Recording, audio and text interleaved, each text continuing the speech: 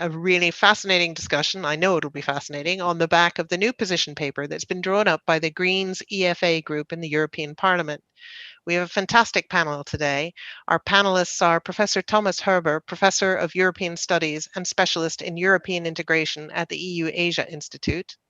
We have Jean-Jacques Tortora, who's Director of the European Space Policy Institute, and who for more than 30 years had been involved in the management and exploitation of space affairs from both a public and private perspective.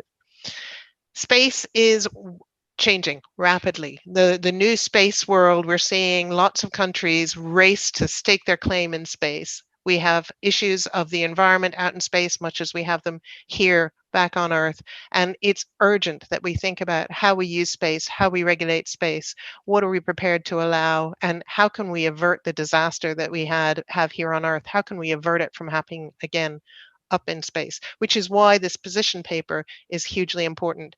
I just want to say that I would request everyone listening to the webinar to please file questions. You'll see at the bottom of your screen, there'll be a Q&A button. Please send questions, because then I can ask our experts here on the panel to respond to your questions, the things that you really want to know.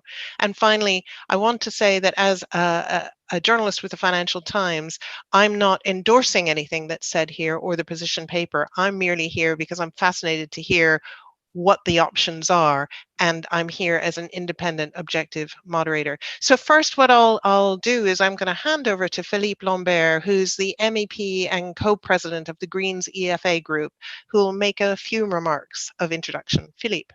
Thank you, Peggy. And first, well, I know that the FT is not endorsing the Greens, but as an individual, I must compliment the FT for the quality journalism that you are delivering day in, day out. I'm serious, because such quality journalism is rare. It has a price, and we have to pay that price, but I really enjoy reading the paper every day, several times in the day. So I just want to say that it's not paid advertising, it's just a cry from the heart. We need you. We need you, and frankly, the paper is an excellent food for thought. I would recommend it to anyone. This said, space, you might say, well, why are the Greens dealing with space? Aren't you into birds and insects and climate? Well, first, we're human beings, and we know that we inhabit this spaceship called Earth. And many of us, including me, including Niklas, have always been fascinated by the outer space. And that's not just the periphery of the planet, but the wider space and fundamental research into that, because, well, there's so many questions, and it will never stop fascinating us. I think that as from the beginning of humanity, people were looking at the stars, and rightfully so. I'd like human beings to be, of course, rooted in on this planet, but keep looking outside. But of course, space has its uses. We know it started with telecom, and now we don't even notice, but a huge part of our telecoms is flowing through space.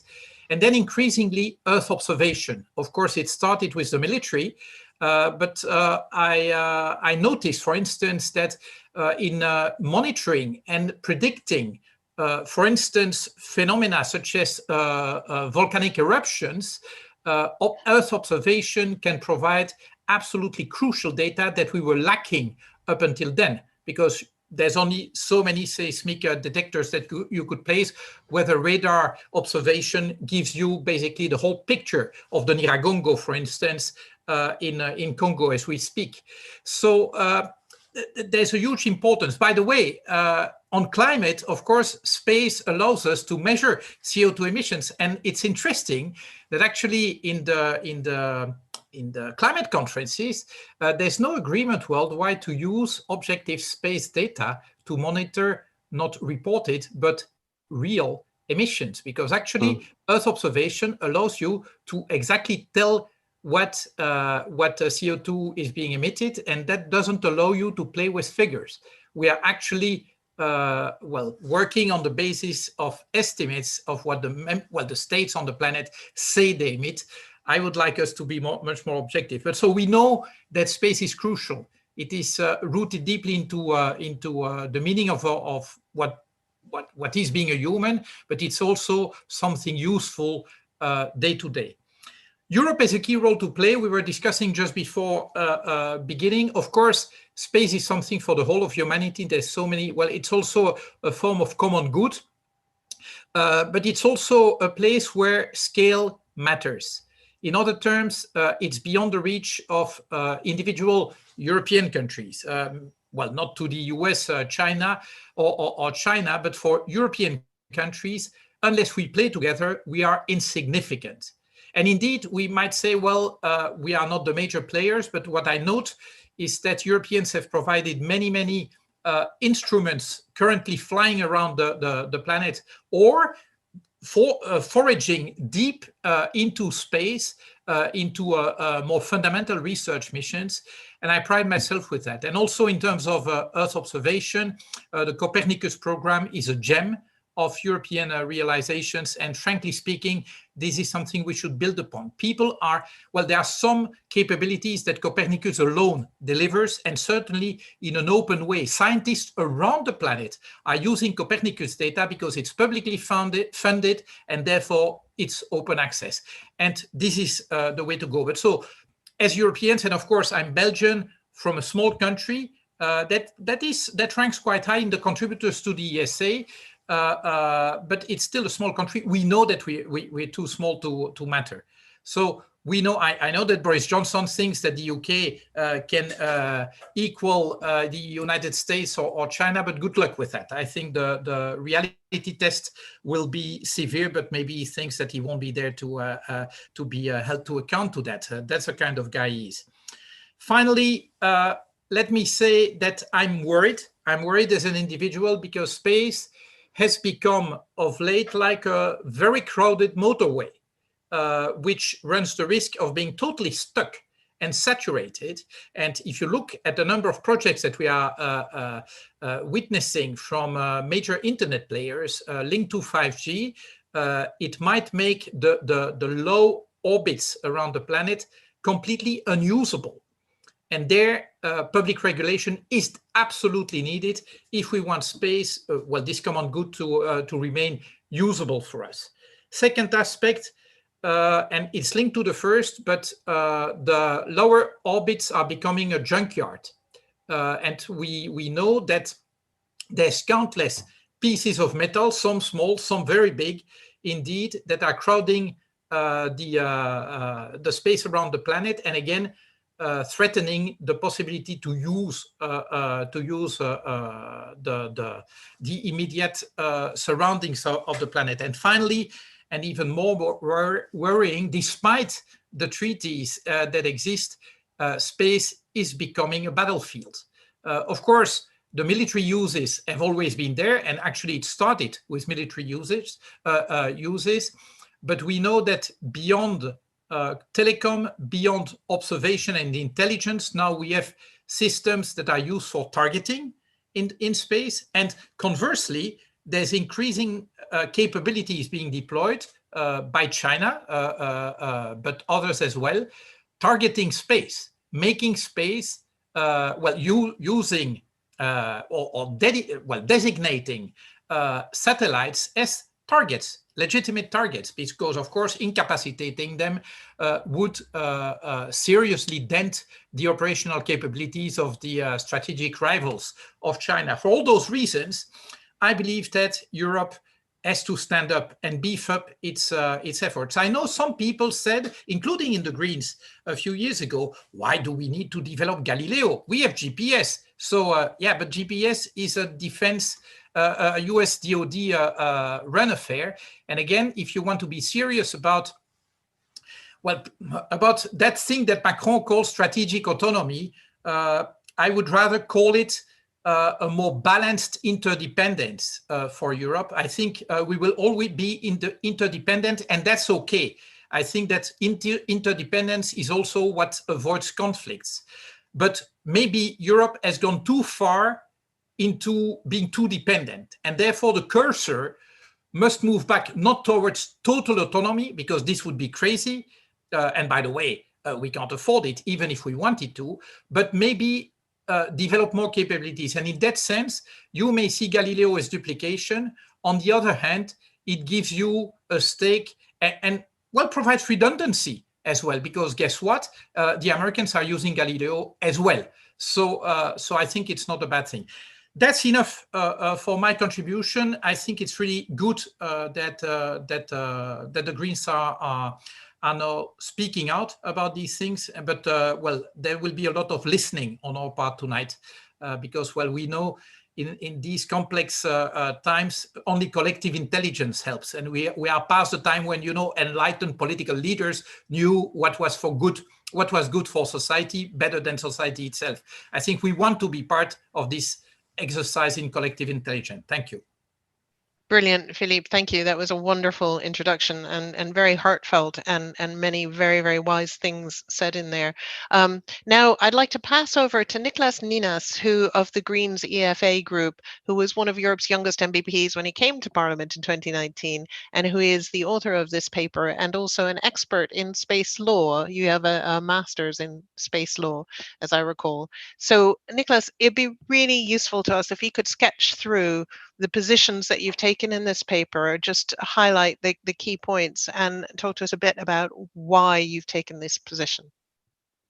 Yeah, thank you very much. First of all, welcome to everyone here tonight. And I think it's very important to see and to round up the very rightful introduction that Philippe has already done by a very simple sentence that really defines our expectation of space and our understanding. And that is, we see the space as a human, as a common heritage of all of mankind.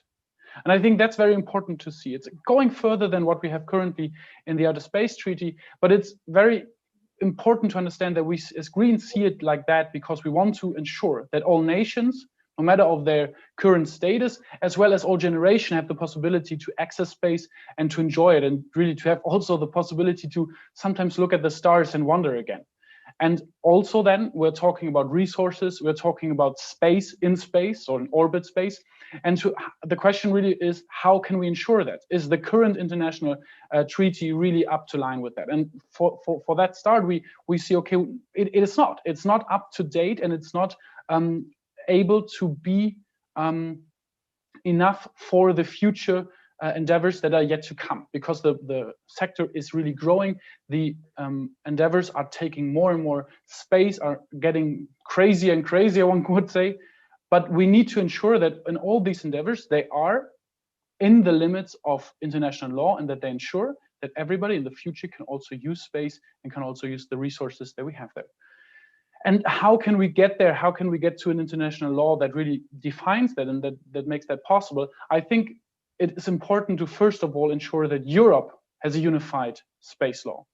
And that is something that is so far not really in the mind of people, but at the moment we're talking about 27 member states that are defining their own space laws. Some of them quicker, others slower, but a lot of them are working on them at the moment. Which brings the question, why are we starting with 27 individual national space laws when we then have to harmonize them again on the European level? So why not really start now fresh from the European perspective, which would also give us an advantage in the international level, because then we already have an international body and we have more possibilities to really set the mood for what we expect for the future. We can go into depth of that, what we expect also from other places, for example, from China, as well as from the US in the future, what will happen with space. But it's important to see that Europe has a very defined stance that is quite different than the ones that is taken by other big players there. And in order to have the possibility to influence the international law, we really need to be a relevant player in the world in this regard. And that is in the question of law, but it is also in the question of economic possibilities. And for that, we also want to ensure that we see support for research and economy in Europe, which means, of course, an additional research, international research. We're talking about the necessity of continuous support in research and international matters. We know that the ISS is going to end, and the question is what comes after that, not just for the research perspective, but also for the question, how can we bring the nations back together and still continue to working together again? I have my doubts if it's so good that we're splitting up at the moment. The US is doing their thing with the continuing of an international space station. The China and Russia are planning their own thing. It's probably not the best thing to split up in space as well, but we should keep the international community together in this regard, as we've done for a very, very long time, by the way. What needs to be included in that as well is, of course, the regulation of the private actors in Europe, as well as in as well as in the international community. And for that, we envision an international space agency. That is something that has not been mentioned so far in the political discourse, but of course has found several ideas in the literature so far. And I think that this is really a good approach to tackle upon, to really take a stance on the problems that we're facing at the moment. One concrete step, though, to get there is first of all to redefine the European endeavors, which means that we need to harmonize not just the law but also the budget that we have, that we coordinate more the work of the national space agencies as well as the ESA, and then also ensure that we support the startup community in Europe to be competitive in the world and have the possibility to actually set the rules for the international community as well. One last point that I want to bring, and Philippe started with that, I want to end with it. Of course, we are the Greens. We are the ones that, in saying easy, we love birds and insects, we hug trees and everything. But in space, it's also important to think about the environment. What is currently happening with space debris, I guess that most of you are familiar with the problem. We have too many objects in space. It's a growing number, and we also have a lot of dead objects in space. And the current prospect is to just send them down to the atmosphere and let them burn up. And this is at least troubling, because we don't have any studies, we don't have any knowledge about what is going on with debris that is constantly burning up in the atmosphere. So we should at least be careful about it, just from a health standpoint, but also from the question, what about all these resources? And is it really the smartest idea to continuously burn up stuff that we don't need? We have said no to this on Earth. When we're talking about trash, we're trying to recycle rather than to burn everything. And maybe we should find a way to deal with this issue as well in space. So we have quite a lot of issues that we need to talk about. And I'm very happy that we as Greens have now finally put together a position paper, how to influence the European space endeavors in future. And we will continue to work on it. And hopefully Europe will become a very relevant player in the international space affairs, and thus we will see that the mankind can come together on the space endeavor and really have this adventure together for the 21st century, rather together than against each other. Thank you very much, Niklas, and absolutely, yet again, very important points. And as I said earlier, I think one of the things that bothers me most is that if you look at the next decade, I think we're looking at 5 times the number of rocket launches than we had over the previous decade. So, and it's only going to accelerate that trend. And so there is a real need, and I'm very glad that that the Greens have decided to say someone needs to look at this. So I'll go first over to Thomas. As an expert in European integration, you've written books on space policy, and what is your feeling about the good and the strong and weak points of the position paper? What do you think is realistic, and what do you think maybe needs a bit more work? Thank you very much, Peggy, and also thank you very much, Niklas and Philippe, for your introductions. Very interesting. It might be worthwhile, Peggy, looking back over the history of European space policy for some time. And indeed, Philippe has introduced his statement by saying that originally it all started by military use, and of course he's referring back to the V1 and V2 rockets, which were used as weapons of terror during the Second World War by the Nazis. Now, this was clearly one of the difficult backgrounds to starting a European space policy immediately after the Second World War. Because of that reason, it wasn't really possible. And it took until the 1960s and eventually for ESA to be created in the 1970s to overcome that.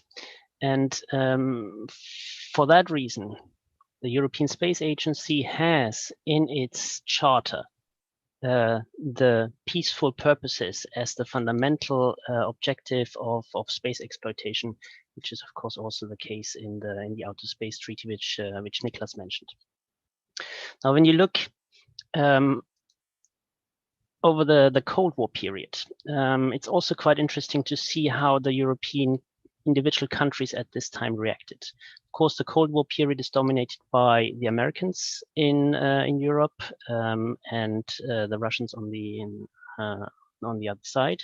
When you look at the countries in Europe, the big spacefaring countries, if you like, France was always looking for independence. We've heard this before. Independent access to space is absolutely vital. Germany has always tried to collaborate with the Americans much more than any other European state. And if you look at Britain, the other big spacefaring country, there you are basically looking into a search for efficiency rather of decreasing spending. And then for that reason also the very close collaboration with the Americans. Now, this leads to a post-Cold War questioning of the importance of space. Why do we actually need it when the Cold War is over, when we don't need the kind of space capabilities anymore? And in Europe, that leads to two tendencies. First of all, the EU, coming relatively late into this contest, has always focused on applications. Space applications means that when you talk to the Commission, they will tell you that every cent spent on space has to have a purpose for European taxpayers.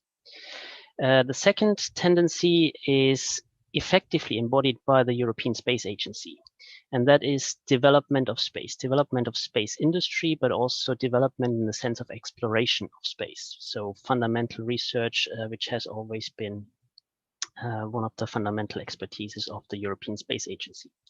Now, in recent years, let's say for the past 10, 15 years, the uniting bond between the two have been the flagship programs, Galileo and Copernicus, the uniting bond between the European Space Agency and the European Union.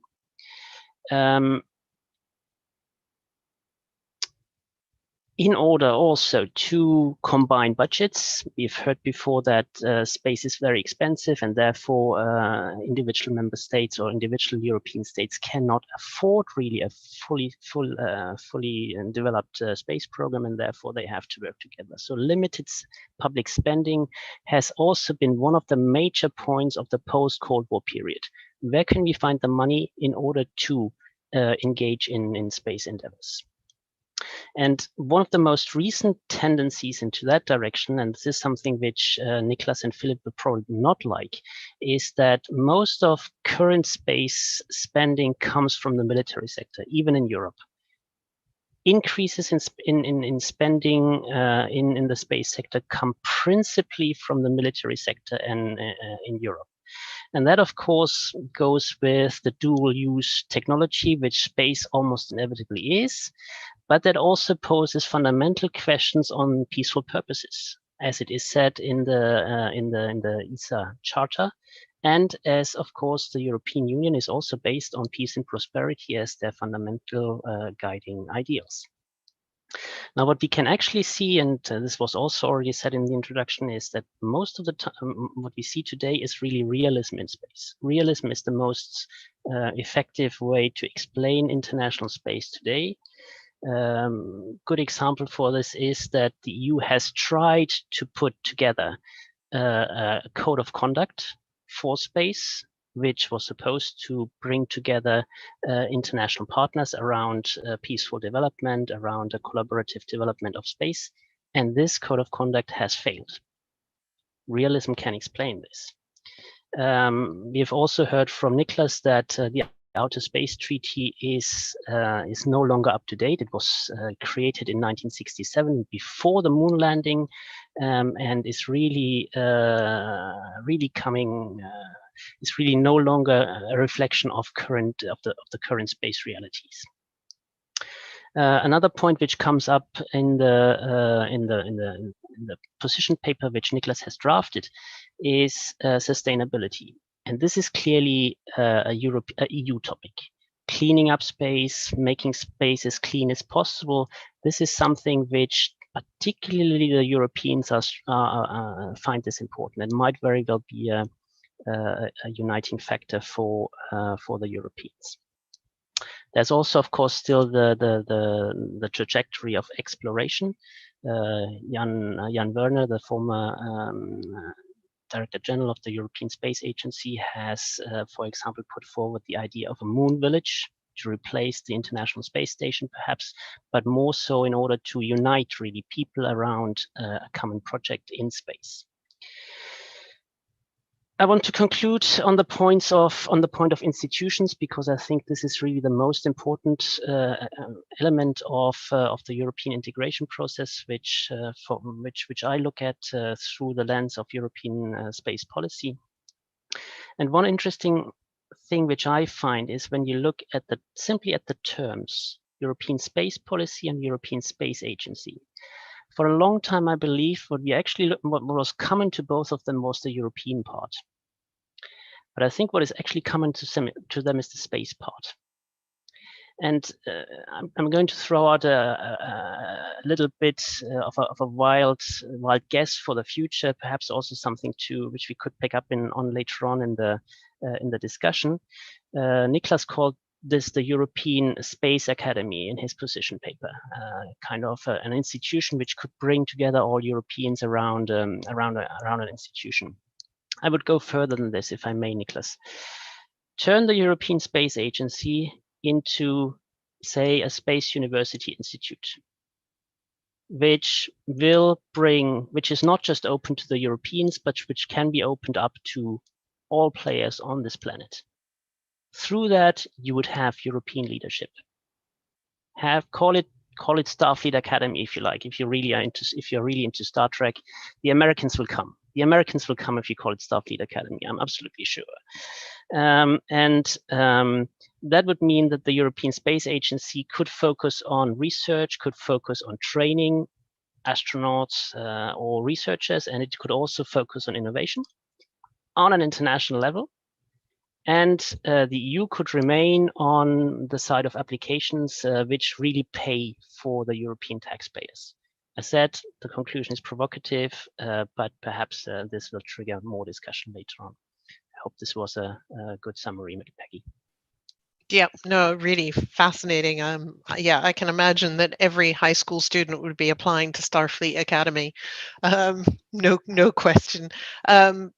So really very interesting. I mean, this idea of changing ESA into a university, I can see all sorts of, oh, horror from inside ESA. I can also see inside Europe, excuse me, but we want ESA to be more close to us. We actually don't want to see it, because we don't want to lose control over ESA. That's the way the trend in recent years has been. And certainly that's been the debate between Britain and Europe over Britain really wants an independent ESA and Europe arguably wants a bit more.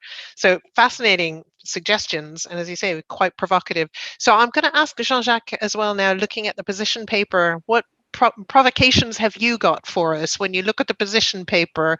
What do you think is possible or not? And in my head, one of the big questions, I totally agree we need international regulation of space, but I don't see where any nation state has the interest to sign up to that. They're all too busy racing into space and don't want to be bothered by regulations.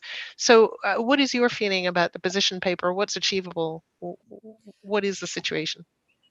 Yeah, thank you very much, Peggy, and thank you, Niklas, and thank you, Philippe, for having me. I've been proud to contribute and to take part into this discussion. Actually, I read with great interest this position paper, and obviously it goes in the right direction, and it puts, I would say, in perspective a few objectives that at the moment might appear quite a bit provocative or out of reach, but definitely going in the right direction. And the first one that you have mentioned is this idea of developing an international or improving the international regulation of around applicable to space activities. At the moment, our system is based on the United Nations. You have the UN COPIOS, so the Committee for the Peaceful Use of Outer Space, where we have something like 100 member states sitting together and seeking agreements on ways to improve the manner in which we will be able to continue to safely jointly operate in outer space in the future. But this process is based on negotiation, and once we have agreed on something, then individually member states have to translate that into their national law to make this applicable to their companies. So this process is based on goodwill, actually, and actually it's also there is also limits, a strong limit to this process, which is that none of the member states are really open to agreeing on anything that would be binding. So this is actually the baseline of all the international agreements in space. So starting with the Outer Space Treaty, the Outer Space Treaty, the spirit of the Outer Space Treaty is to favor the freedom of action into space and to minimize the constraints. And at the time it was elaborated, and I want really to salute the work done by those who produced this remarkable document. But at the time it was written, actually there were just a few players. These few players felt fully responsible for their behavior in space, and the resource space was deemed as, or envisioned as, infinite. And actually all the corpus has been developed along these lines. Now, the situation that we are facing today is that actually space is not infinite, or space is infinite, but the useful space around our planet, and especially the low Earth orbit, is not infinite. And we are at the moment reaching the limits of what we can reasonably do there. In total security. And this has huge implications on the way we conduct international negotiations, because you do not sit around a table with the same mindset when the discussion is about sharing an infinite resource and when it is about sharing a finite resource. And at the moment, I would say we are facing the situation where nations have conflicting interests in space, and we have actually several categories of players. We have, on one hand, the major space powers, US, Russia, China, that definitely always privilege their freedom of action in space, that want to ensure the protection of their national interests in space, but relying for this on their technological advance or on their power. So this is the big players, and therefore always opposing to any kind of binding multilateral agreements. At the other end of the spectrum, you have the newcomers, and the newcomers, they, I would say, just do not accept that they might be imposed stricter constraints for their access to space than those that were imposed to their predecessors. So there is an objective agreement between the two, at the two ends of the spectrum, and you have in the middle, say a bunch of medium, I would say, range space faring nation or space powers. Mostly a lot of European countries would fit into this category. That would be much more open to I would say, moving forward towards a regime, an international regime that would allow for more regulation.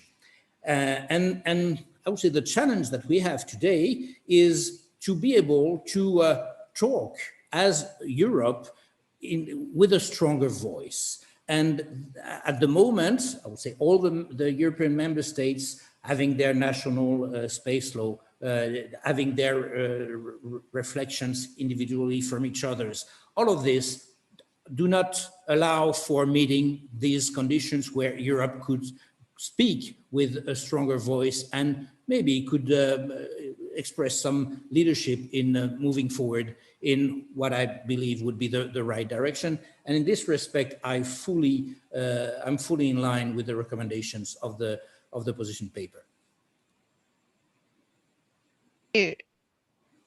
Sorry, thank you, Jean-Jacques. I suppose my question, though, is I know that in an ideal world, this is what we want, and there are a number of medium-sized spacefaring nations that would quite like that, but they're medium-sized, and ultimately, we have shown, even now in this race for space, that we're ceding all power over how space is being used to the United States and the US regulator.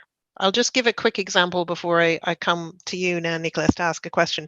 Recently, Starlink applied to adjust the orbit of about 3,000 of its satellites that were due to go into low Earth orbit. They already have, I think, about 2,000, pushing 2,000 satellites up there. They want to get a total of 12 up there. And they had permission for about 3,000 to be roughly 1,100 kilometers out into space, and they wanted to bring that down to 550. Now, there were a lot of satellite operators, including Americans, who didn't want them to do that, who said it was a major revision of the license. There were also, OneWeb was one of them. There were also European Luxembourg-based operators who didn't want them to do this, who went to their governments and said, this is the US basically land grabbing and deciding how space is going to be used and not waiting around to discuss with anyone else because these are going to interfere. There's rights and wrongs. There's a lot of competitiveness going on in there. But suffice to say that when I was speaking to a couple of regulators, both ESA and indeed in the UK Space Agency, and I said, are you going to do anything about this? Are you concerned at all? It's clear that your companies are concerned about this. No regulator was willing to actually go in and say to the US regulator, maybe we want to put a pause on what you decide and let's have a conversation about how we use space. So it feels to me like there's not very much appetite from the individual regulators. So Niklas, my question to you is, you're absolutely right, this is what we need, but I just don't see how we're going to get there. So when you drew up this position paper and you thought we need to do this and we need to agree the international, I just don't see how that's going to happen. And indeed, what the incentive is for the big players to necessarily, as Jean-Jacques quite clearly laid out, join it, because they would be giving up their own freedom of action. Yeah. Well, first of all, I think we need to change perspective of the space issue in general. So far, the question of space, basically everything except for military was just like, we do some research stuff. We have like 1 or 2 spaceships that go up, or rockets that go up and do a little bit of stuff, and it's like a nice to have investment. This is drastically changing, and I like to compare it a little bit to another space that we explored in the last 20 to 30 years. There was previously just a space for nerds and researchers. And there was the digital space. In the beginning, nobody really cared about what was going on in there, and it was unregulated. There was, also really fairly no possibility to navigate around, because before Google was there, you didn't have the possibility to just jump from one website to another. And there was quite a different time. And I think it's a little bit comparable, just way bigger, because you don't need a computer, but you need a rocket to be part of this space. But the extent of change that we will see in the spacefaring is just as dramatic as the one that we saw in digitalization. And if I recall, in Germany, there is the sentence from Angela Merkel, who said, I don't know, I think it was like 5 years ago or something like that, internet is a new world for all of us. And most of them already said, no, you're just too late. You just missed the opportunity. You did not recognize what importance lays in the digital world. And that's also the reason why we're now, way too late, by the way, are finally in Europe talking about the Digital Services Act and the Digital Market Act. And if we don't want to lag behind anymore in future, we need to talk about space now and to regulate it now. And so I hope that the example of digitalization really shows the for example, the Commission, as well as the member states and the governments, that there is an urgent need to act right now, so that we can control the future better. And now, why should the big players join in there as well? Well, to be honest, I think what you described about Starlink, for example, is quite right, but it is only a few companies in the US. It's not like the whole US is acting like that and just like throwing up rockets and satellites in space and taking everything. It's 2 or maybe 3 companies in the US doing that. And that's because the regulators don't really care about. They see the immense prosperity that SpaceX, for example, has, and that the extreme opportunities, and they don't want to hesitate that. But on the same side, we have American companies coming to European legislators, asking Europe to please do something about this and to please enable international regulation, because they fear competition fear a competition in the US that they cannot handle. They have no possibility to follow in the footsteps of SpaceX, because they just don't have the capital, they just don't have the advantage anymore. And so they're asking Europe to please do something about it. So this shows that even in the US, there is the need for regulation.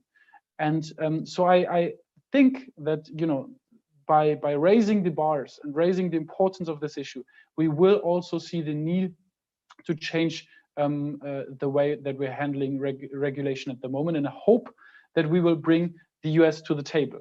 But if not, you said it correctly, yes, there are smaller member states of the UN and of the Space Treaty that want maybe something different, but there are more. And even the US can't do it alone. Thank you. It's a very difficult one, and I don't know how you build that consensus, but I would draw maybe just supporting what you say. There is an example in the shipping industry.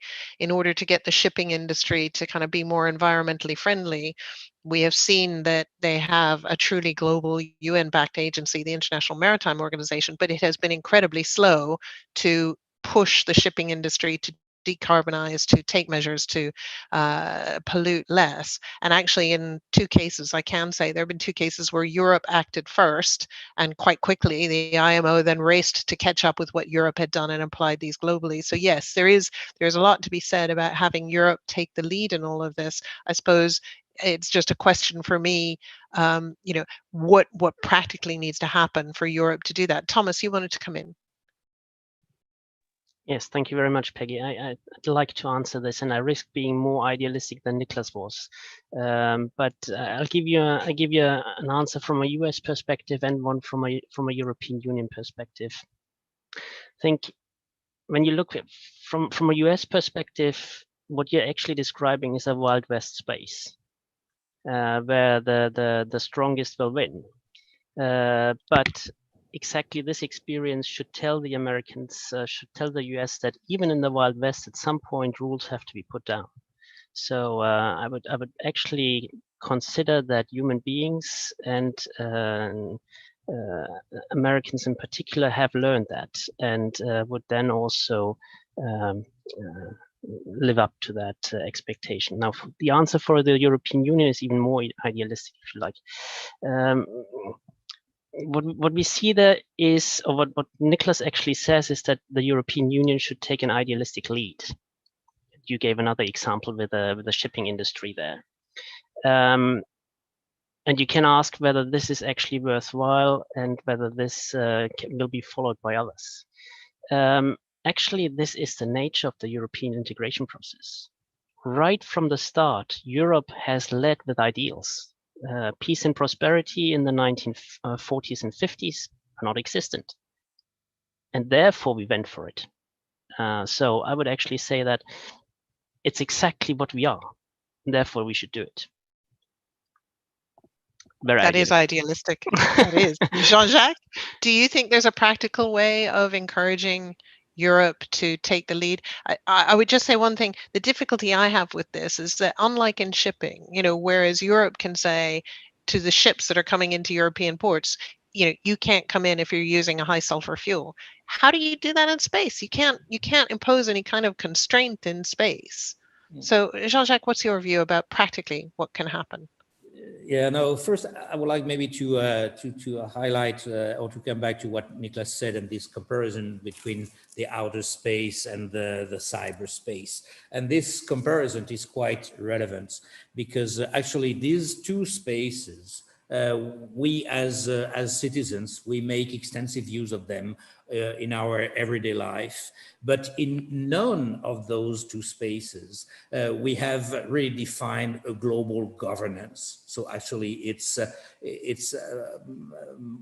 more or less both are quite unregulated at global level, and then we also I would say sadly has to admit that there is a ramping weaponization in both of these spaces at the same time. So this comparison, I think, for me is quite relevant. But now shifting back to space, I think that our problem, we have a problem with speed.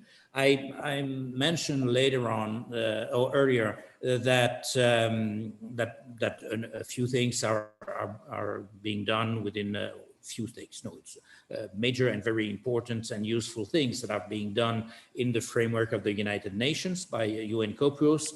For instance, they have recently agreed upon the long-term sustainability guidelines that are technical or non-technicals.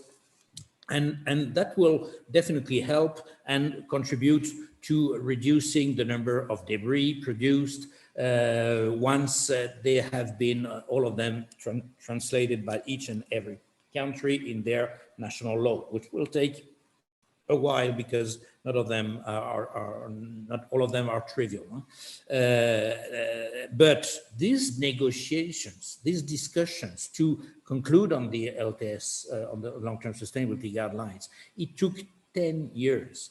10 years. And the process is just over, that now we are initiating a second round of negotiation because we know that we need more than that. It will be now long-term LTS 2.0, and it will take maybe another 10 years. And this is just not sustainable, if I may, because actually the rhythm, the speed at which the situation is evolving has absolutely nothing to do with the speed at which the governments are able to progress. And this is, I would say, the major issue that we have now.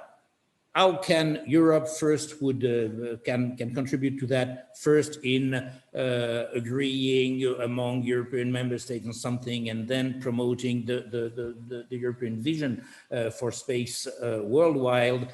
Within this constrained time frame, for me, this is the major and the most critical issue. We don't have much time, and we need to speed up all of these processes. Now, how I would say that for that, I think that we should get to something which will be more operational, maybe having a greater involvement of the private actors, because actually the private actors, they have also now have interests in space. This is also a new thing that happened recently. In the past, okay, only space was a purely governmental area where only countries and major countries were able to operate. Now it's accessible to private actors, and private actors have their own interests now in space. So this economic leverage can be made use of. It's at the same time, it makes these things more difficult, because when you have economic interests in the middle of the discussions, it tends to focalize the discussions on some difficult issues sometimes to solve, but it also offers new perspectives. At the moment, it's currently said that something like 7% of the global domestic products depends on space infrastructures. So it's huge. And I think that we must give, at the moment, we must find a forum, we must find a way to open the discussion to other actors that would be more prone to take action quickly. You know, maybe not all of them would be ready to readily play the such game, but I'm pretty sure that there is no alternative. If we remain at purely governmental level, I cannot see how we could be able to move fast enough. That's brilliant, Jean-Jacques. It's a great segue into one of the other major topics and a topic in your paper. How do we in Europe encourage the development of a private sector in space? We can obviously see, you know, what's going on in the United States, and Jeff Bezos, his Blue Origin is going to be building a constellation. We've got Elon Musk and Starlink. As I said earlier, the number of satellites that are going to be launched is multiplying 5 times because people are recognizing with the arrival of autonomous technology, with the arrival of artificial intelligence, that we need more of that capacity. We need more of that broadband capacity. We need more of that navigation capacity, timing capacity, and we can only get that from space. So how do we in Europe, the new Director General of the European Space Agency has made the promotion of a private sector and the development of a startup community one of his priorities. But the real problems here are that, first of all, Europeans are less enthusiastic about risk. European investors, they're less enthusiastic about risk. They're more wary. We don't have some of those cultures that built up in the United States and Silicon Valley. You know, you try, you fail, you try again. We have some cultural issues here. We have financial obstacles. So what is it that in order, you're quite right, Jean-Jacques, a dynamic private sector generating real economic value will help to move people more quickly. But how do we build our Amazons? How do we build our Starlinks or SpaceXs? How do we do that when everything traditionally has been very government-led? When Arianespace, yes, it's owned by private companies, but it's still heavily reliant on institutional. It's not quite as flexible and reactive, agile as you see. So Jean-Jacques, I'll come back to you first just to ask you, what would you say to Niklas and the Greens that needs to be something they should be pushing to encourage the development of a flourishing private sector?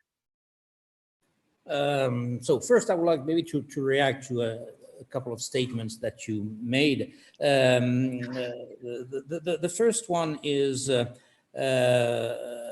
about the position of Europe and of European companies regarding this new space ventures. And actually, you would be surprised to learn that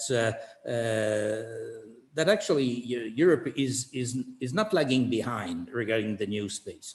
I invite you to consult one of our publications available on our ESPI website about the Space Ventures Europe, and actually the amount of the private investment in space and in space SMEs or startups compares to what's going on in the United States at the moment, putting aside the big four that are SpaceX,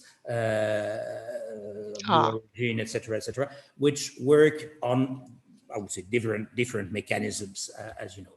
But now coming back to your question, I would also like to highlight that this notion of risk that you put forward. It's I'm not sure that we can be that formal in this risk aversion of the European companies, which is quite often put forward.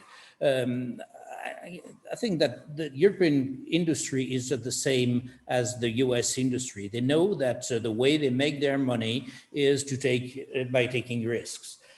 Now, and they are ready to take more risks. Now, the problem that we have in Europe is that when you talk to European delegations of member states, you ask them whether we should transfer more risks to industry. They are all very much enthusiastic about that. Yes, we should transfer more risks to industry, but taking more risks comes along with a reward. And on the US side, there is no problem in rewarding the risks taken by the companies. While on the European side, okay, we say, okay, we transfer more risks to the companies, but under the same conditions, under the same overall conditions, which does not work very well. For instance, Elon Musk, okay, the SpaceX is a great success, but we must not forget that this happened because there was a very strong political will that this could happen. And they have put together all the right conditions. So the conditions, there are a few. The first one is that NASA and the Department of Defense at the later stage, they agreed to shift away from their position of almighty customer in full control of the developments of the technical requirements and being owner of their systems that they would operate, etc. They shifted away from this very comfortable position to accept to become just consumers of off-the-shelf services fully developed by a private company. So this is, I would say, a drastic move. And I really wonder whether in Europe we would be all that eager to move in that direction. The second thing is that it's easier also to consider such venture when you have a strong domestic market.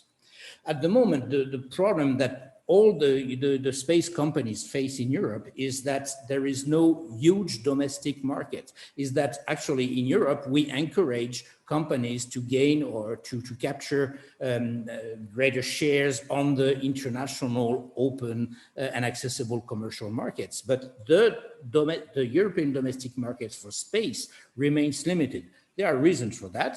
So we have first less military programs. We don't have manned space programs, and these two activities are quite demanding. But so not having this domestic market accessible and potentially reserved to the national companies is something which is, I think, a key condition.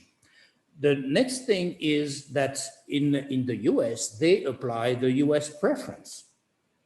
And in Europe, we have a problem with that because actually it does not fit into the, I would say, overall EU mindset that procurement should be reserved to European companies for a number of reasons. But this is something on which we could certainly act as well.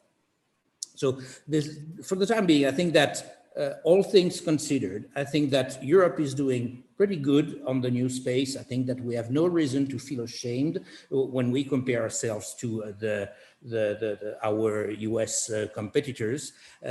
Now we have some tremendous skills, but actually we miss some, I would say, key conditions or key factors that would make something like SpaceX happen the same in Europe. We could also add another thing, and which also is mentioned in the position paper regarding the geo-return, because actually, what is it all about new space? The new space companies and SpaceX. Actually, it's not very much about innovation. We always hear that they have been innovating a lot. Well, actually, they had no time, no money to develop groundbreaking technologies. So their strategy has been to extensively reuse proven solutions, available and proven solutions. But the real change that they made is that they gave themselves the means to radically improve the industrial organization, which means that they have concentrated all the activities. In the case of SpaceX, it's quite significant. Concentrated all the activities around one single spot. So, and all of them, all of these activities are almost in California, which means that had the Falcon or SpaceX program been a NASA program, probably only California would have voted the NASA budget. So in a purely institutional framework, this would not have been possible. And this is the issue we have with our approach to the development of space programs in Europe through ESA. And ESA works on the principle of geo-return. I have nothing against the geo-return. The geo-return is not really a matter of how the European Space Agency spend their money. It's the matter that has to do in how the European Space Agency get their money. Okay, so they get their money basically from various sources of funding in various member states or across Europe. And then, of course, they have some obligation against their stakeholders, and they need to redistribute the activities. There is nothing to say about that. Okay. Now, the problem that we have is that if we want to be able to move towards really a much more competitive or much more effective industrial organization, I think maybe we should think of a very different framework. That's absolutely right, Jean-Jacques. And just to reassure you, so I interviewed Mr. Aschbacher just a couple of months ago about this very issue, and he was saying, he was pinpointing some of the same issues.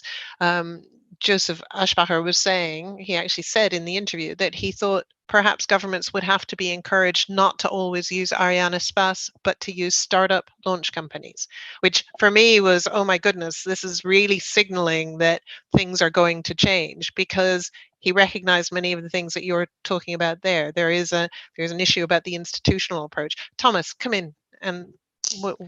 I thought I don't want, Niklas, did you want to come in? Sorry, I didn't.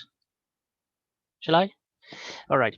I had to come in there because I thought that this was absolutely, these are very important points. And what you raised, the point which you raised in the beginning was actually, Peggy, was the question whether we have to have national champions like SpaceX. And to some extent they exist, such as Hoerber, for example, in Germany, who have made most of the Galileo satellites. But what Jean-Jacques actually outlined here was that the policy of the European Space Agency has led to what you could call, what is never really become a European industrial policy, but what you could call an industrial policy. And that means effectively that you have bottom-up support for small companies. We had Philippe in the beginning there. Belgium, for example, has profited greatly from that and has actually brought some enterprises into the direction of contributing to the space sector. They will never measure up to SpaceX, but do they really have to? I mean, what the space industry in Europe is providing, and that across Europe really, is actually quite remarkable.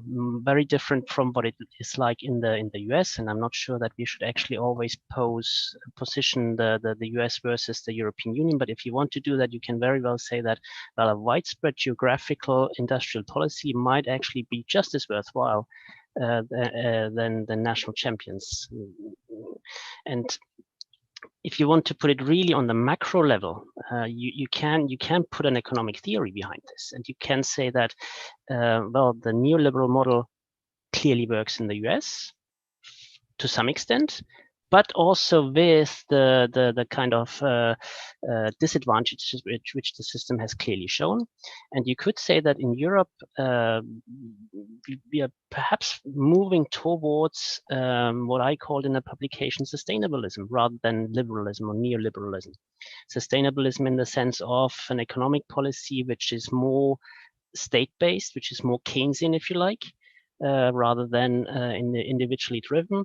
A social element of that, which would include workers' rights, which would include really representation of a wide spread of society in politics or with their political interests, and certainly with a protection of the environment, which is, I think, one of the hallmarks of Europe, of the European Union.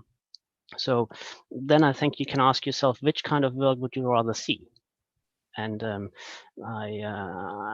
not so pessimistic about the European Union in that respect.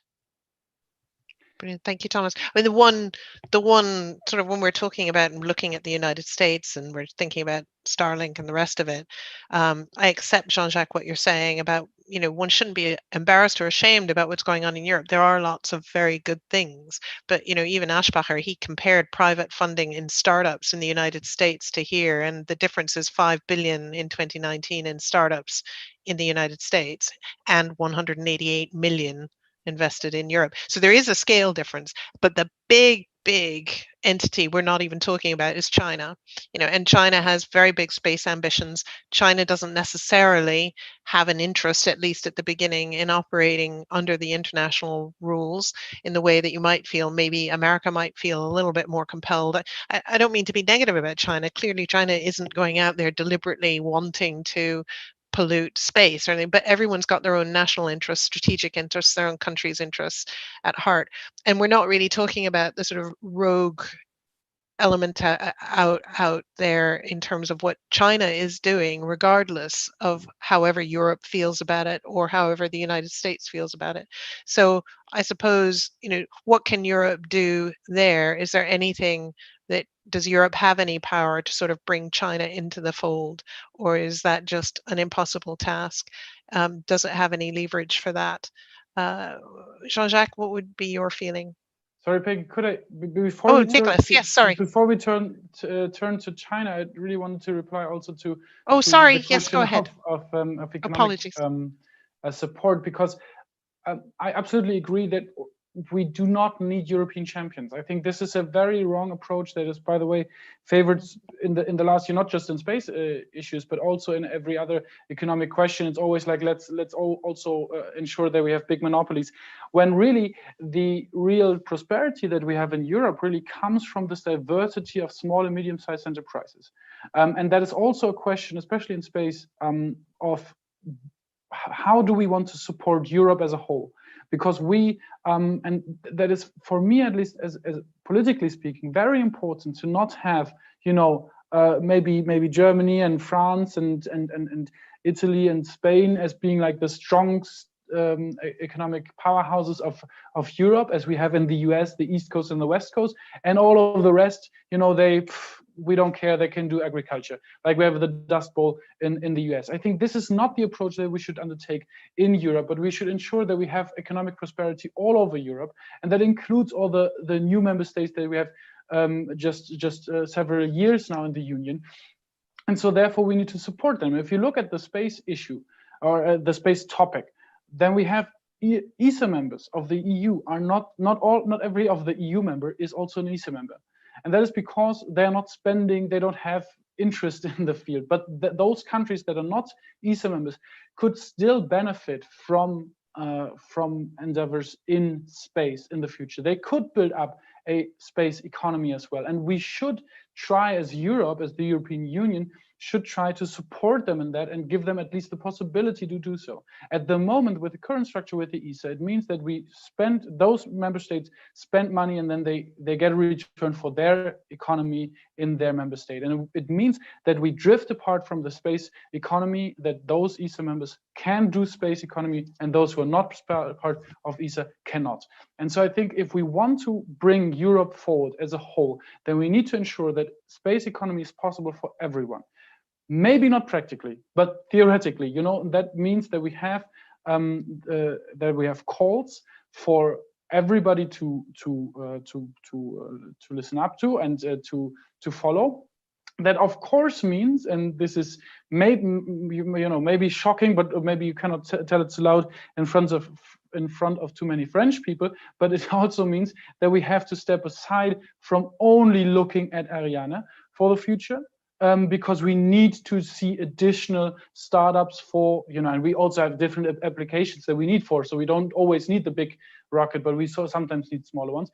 We need also this competition for the existing producers, be it satellites or be it rockets, because they need to improve to beat the US. And I think this is the way that we need to go forward to really ensure that we have everybody to give everybody in Europe the possibility to apply.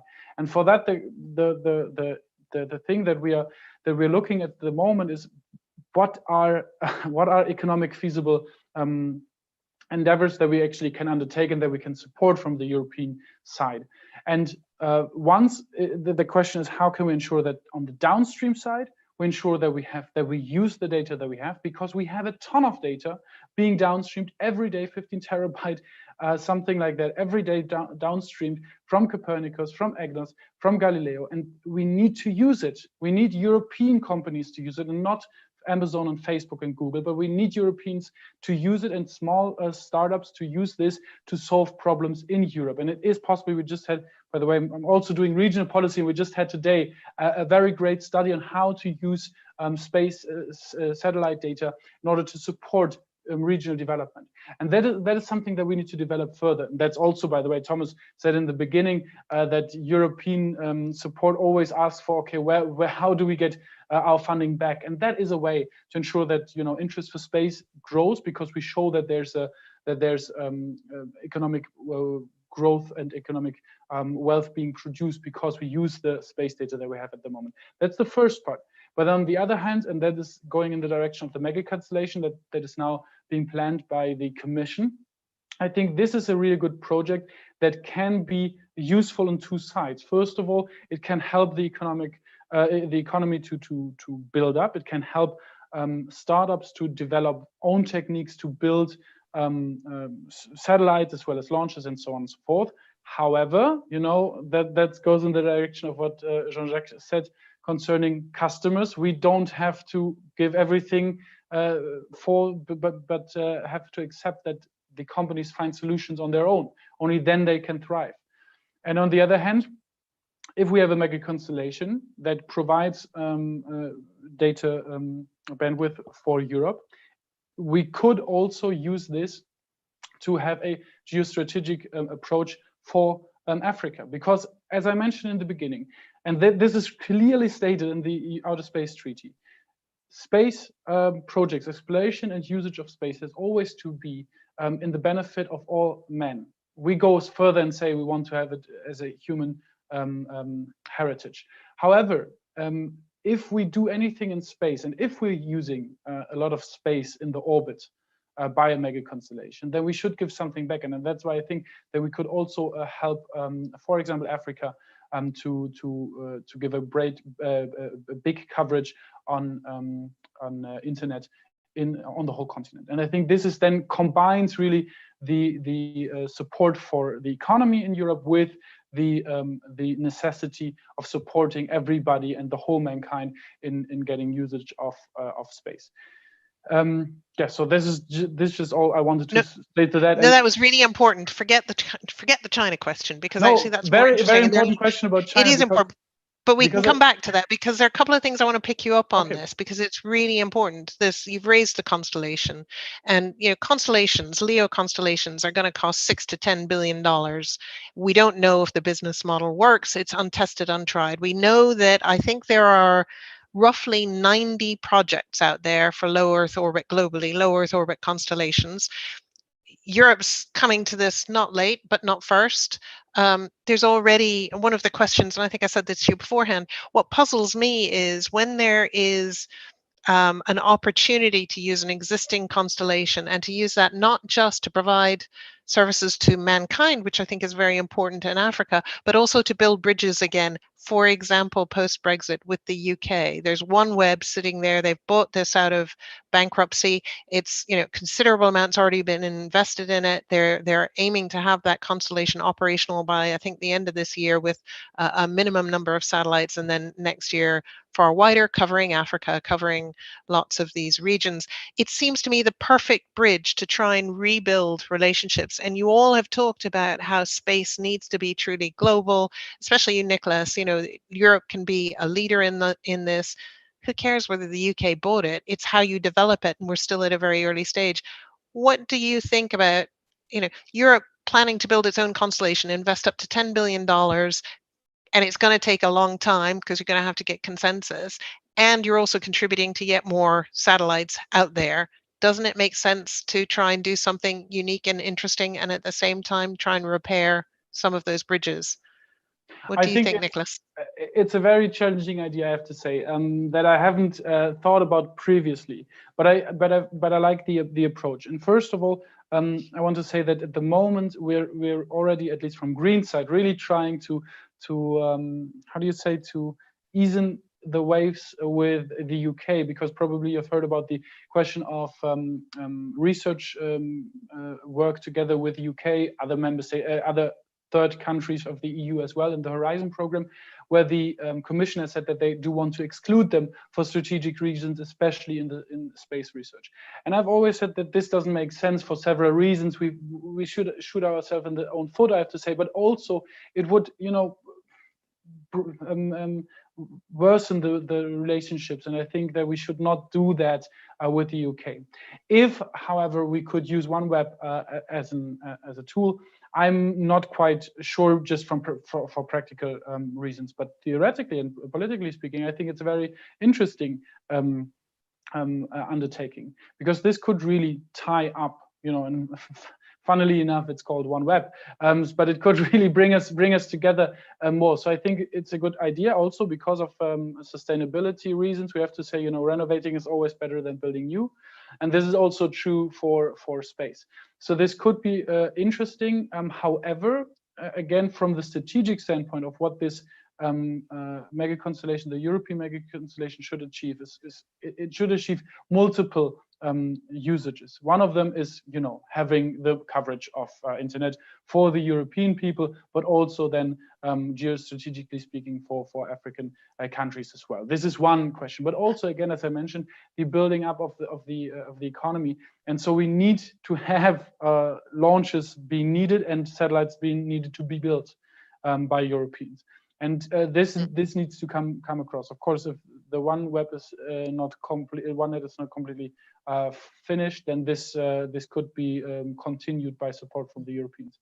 But just one last sentence in general about the 90 projects that have been launched. I want to say one thing. The question is, who's the customer for all of these endeavors? Because and this is something like I'm also riddled by, for example, Starlink, when the biggest customer they have, or the potential customers, would be Europeans, Chinese, or in Africa. The Africans don't have the economic prosperity to pay what Starlink needs to be a positive sum. The Chinese don't want free internet, and the Europeans will potentially have their own free internet and don't need to pay for coverage. So it's always the question: how can you find your own customers? And this is where we also need to ensure that this is not a private-public partnership, but it is really a public way, because it is infrastructure. It is critical infrastructure, and we don't want to see critical infrastructure in Europe being in the hand of private enterprises, but it needs to be done by the public and supported by the public, and ensure that it is free and available for everyone. Brilliant. Thank you very much. I realize we've only got about 10 minutes, and there are a couple of questions. I don't know if Jean-Jacques or Thomas, you wanted to come back on the last points before I turn to questions very quickly, or do you want to just go straight to questions? Very quickly, if I may, maybe just one comment regarding what Niklas said regarding the monopolies. I'm surprised that INS put forward INSPAS as a monopoly, because, well, actually, from a public standpoint, we don't make so much a great use of INSPAS. It's mostly addressing private customers, and actually, well, it's a monopoly, but it's a monopoly under a very tight and fierce competition from SpaceX, for instance. So I think that the example that I have in mind is rather what's going on in aeronautics, with Airbus on one side, Boeing on the other end.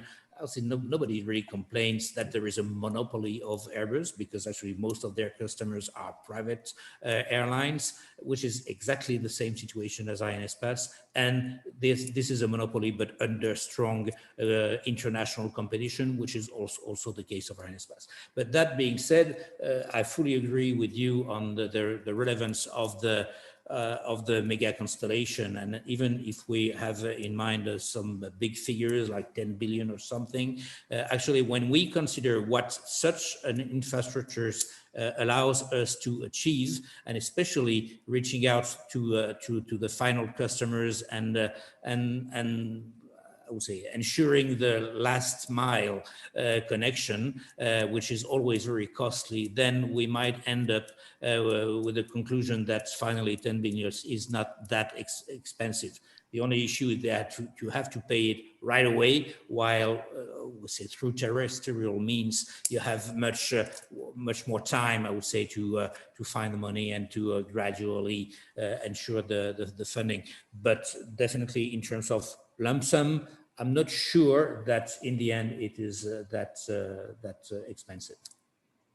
Okay, thank you. Thomas, did you want to come in on that? Not on that particular point, because honestly, I'm not an expert. I'm on the technical feasibilities and the purpose of mega constellations. I'd simply follow the technical expertise of Jean-Jacques there, because what I'm interested in is European integration, and for that purpose, just like Galileo, Copernicus, I think mega constellations can also have the same effect of actually uniting, being a flagship, uniting the Europeans around a project. You can want that or not, but this is what I see. Perhaps one final point on China, which you raised before. I don't know whether you still want to go back to that, or yes, whether you go ahead. to go to the questions. No. We have about 7 minutes. So a couple of minutes on China would be good. Very good. I think when you look at China's recent space activities, there's clearly the military side, but there's also the prestige politics, which space brings. Going to the dark side of the moon doesn't really have any major advantage for the country, but it shows that they can do it. Means similar to the moon landing of the United States. That's prestige politics, prestige projects. Now, what does it bring beyond that? I think when you look at the International Space Station, from which China is excluded by the United States, what the European Space Agency has done in comparison to that is that it has taken some experiments from China to the European, or in collaboration with China, into the International Space Station, and there seems to be an opening there. So I would say in the end it comes down to a question whether you want to isolate China or whether you'd rather have normative influence. And I think Europe is particularly good in that. Jean-Jacques mentioned this before, that interdependence can actually also have can have positive influence on China. Whether this works is another question. It has not worked in the past, and it's clearly, if you see the presidency of Xi Jinping, things are clearly getting worse. But should we therefore give up hope? Probably not. Yeah, we'd rather have hope than not. Thank you, Thomas. So I'll turn to the questions. The first question it sort of goes back to the beginning of our conversation. It is that the International Space Treaty System holds states responsible and liable, and yet the EU has not declared its acceptance of the space treaties. Why should there be EU regulation? Would that be something, Jean-Jacques, is that you? I could just, okay. Oh, sorry, Niklas, go on. Who wants to go first? I think the answer in my head is the other way around. I think the EU at the moment sees itself that it has no responsibility for space, because officially in the treaty it says that the question of space is solemnly left to the member states, and therefore it does not see the necessity to sign any treaties in that regard, because it's not it doesn't have the competence. So I think if we turn it around and say, okay, we have the competences in the space on the shoulders of the EU, then of course it has to sign other treaties. And I mean, there are, especially those for registration of space objects, I think the EU would make a way better appearance if they would sign and actually register by their own instead, because I mean we have European constellation, so therefore this should be registered in the name of Europe. Yeah, Jean-Jacques. Yes, I'm fully in line with what Niklas said. I would just also add that, for instance, at the UN COPUOS, EU is represented by the EEAS, the External service, external action service, and actually they have just the status of observer.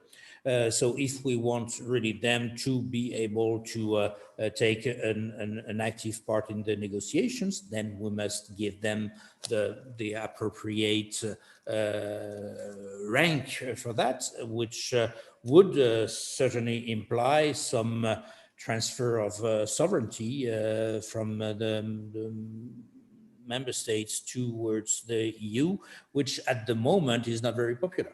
And another difficulty is that, for instance, at the moment there is a space, the Guyana Space Center in Kourou, so in French Guiana, which means that for all the Ariane and Vega launchers, the France is actually the launching state, and it's liable for a number of things in this regard. And probably in the future we'll have more spaceports in Europe, in Portugal, in Sweden, and a number of other EU or non-EU member states. Norway and UK have also some plans there, but Italy has some, Spain has some as well, if I remember well. And actually this responsibility of launching state, I'm sorry, is it transferable to a third party? Well, this is an interesting legal question to be addressed by lawyers, and I'm not a lawyer. Thank you for that. Thomas, do you have a... Well, just a very short remark on this. The Treaty on the Functioning of the European Union gives parallel competency to the states and to the European Union on space, and therefore it is not as easy as within the common internal market, for example, where you have full EU sovereignty, if you like. Another point is, I think, that the United Nations, where the Outer Space Treaty is, for which the Outer Space Treaty is based, still sees its constituent parts as the states and not as not international organizations. Therefore, it is not really the right framework. But for me, the fundamental question is there: what do you want to do with EU legislation in space? And it's not so much should we or should we not, but really what's the objective of a European space policy? And if that is, for example, a mega constellation where you can say that we don't have sufficient money as individual member states, then probably a EU space policy in that field is useful. Brilliant, thank you. So we literally only have 1 more minute left, and so it's a challenge to each of you to say what you think as a result of this position paper. You know, what are, say, the 2 things that you think the political parties that Europe should do, something that is implementable? Having read that position paper, what are the 2 top things you think need to be implemented? Jean-Jacques, I'll come to you first, and I'm coming to you last, Niklas, because I know you're going to want them all. Jean-Jacques. I would say the first thing is really the harmonization and coordination of the positions of member states. At the moment, there is a lot of work to be done there to achieve, I would say, a joint vision of what we should do or not in space, and the way we should act and behave in space. At the moment, there is not one place where we can really agree, discuss, and progress at political level. I'm not talking about ESA or EC competitive council. It's just, I would say, making space a political topic and bringing space at the diplomatic agenda. I think these are 2 things that are for me very, very important, and I much appreciated that they were, I would say, reflected, maybe not in these words, but the mindset is here in the position paper. Brilliant. Thank you, Jean-Jacques. And Thomas, for you, the 2 most important things to implement out of the paper? I was wondering whether I should reduce it to 1. I'll keep the 1 for the last, but I think the first one would be push sustainability in and from space. I think this is really this coincides with European values, and space is a perfect tool for that. And finally, I think what I outlined in the introduction was a European Space University Institute. That would be great. Wonderful, thank you. Now you're going to have to choose between your babies, Niklas. Which ones are you going to choose? No, you know, I do it as every good parent. I love them all, but I'm really happy that Thomas just mentioned again the university, because there was a very original idea that I think that wasn't taken up so often, but I think it could have good impact. But however, as a good parent, I love all of them. And what I wanted to say though is, because you asked what should parties do, and you know, we have presented this position paper and we are the first ones to do that. And I think what I envision, what I hope for, is that other groups do the same thing, that other parties come up with their position papers. That is what we need right now, because we need a discussion about space. Right now, we don't have any time to lose, and the others don't even have their own position on it. And that is really troubling. I know, of course, the position in different election manifestos, but there's mostly it's about how can we strengthen economy, if at all, it's about how can we strengthen economy. But that's not everything there is to space. And I think it's very important that the other parties make up their mind and do something about it and have a position about it, and then we can discuss and then we can bring it forward. I think that's hugely important. I would totally agree. And the one subject that I wanted to delve into, and we didn't have much time, is to talk more about the environmental impact of this race to space and how we should be thinking about that now, because we don't want to find ourselves in 20 years in the same position we're in today as a consequence of our industrialization. So it is absolutely vital that all the parties that are worrying about the environment and carbon emissions start thinking about what is it we're doing up in space. Let's do it now so that it doesn't cost us trillions in 20 years' time. So yeah, I couldn't agree more. Well, listen, I've had a brilliant time. I've learned loads, and it's been a fascinating panel. I hope the audience has enjoyed it as well. And I want to thank our panelists for really intelligent, thoughtful, provocative conversation. And Niklas, especially you, for pulling together this policy paper. And as you say, to being the first party that's putting this out there. I do hope others follow. Thank you very much, everybody. And hopefully we'll meet again. Thank you. Thank you very much, Peggy, for the moderation. Thank you very much, Peggy, for a great moderation. Thank you so much. Thank you all. Thank you.